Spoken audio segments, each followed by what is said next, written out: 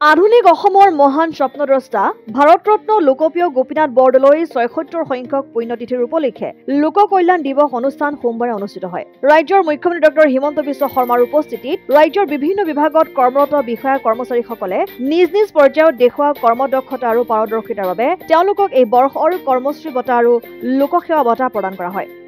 উক্ত অনুষ্ঠানত প্ৰশাসন ব্যৱস্থাত দেখুওৱা পাৰদৰ্শিতাৰ বাবে মুঠ ১৮ গৰাকী বিষয়াক কৰ্মশ্ৰী বঁটা প্ৰদান কৰা হয়।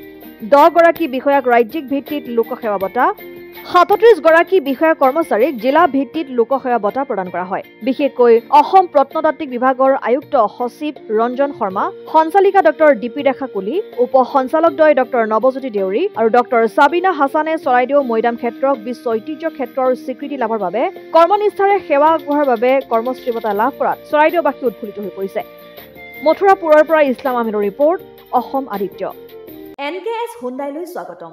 নৰ্থ ইষ্টৰ প্ৰথম GDSI 2.0 ফিচাৰ্ছ ডিলাৰ হৈছে NKS হুণ্ডাই। অত্যাধুনিক সা সুবিধাৰে তৈয়াৰী মষ্ট আপডেটেড হুণ্ডাই ডিলাৰ এতিয়া ডিব্ৰুগড়ত। আমাৰ NKS হুণ্ডাই ডিলাৰত open sales consulted room, customer ৰুমৰ লগতে পুৰণি গাড়ীৰ এক্সচেঞ্জ ফেচিলিটিও ৰখা হৈছে।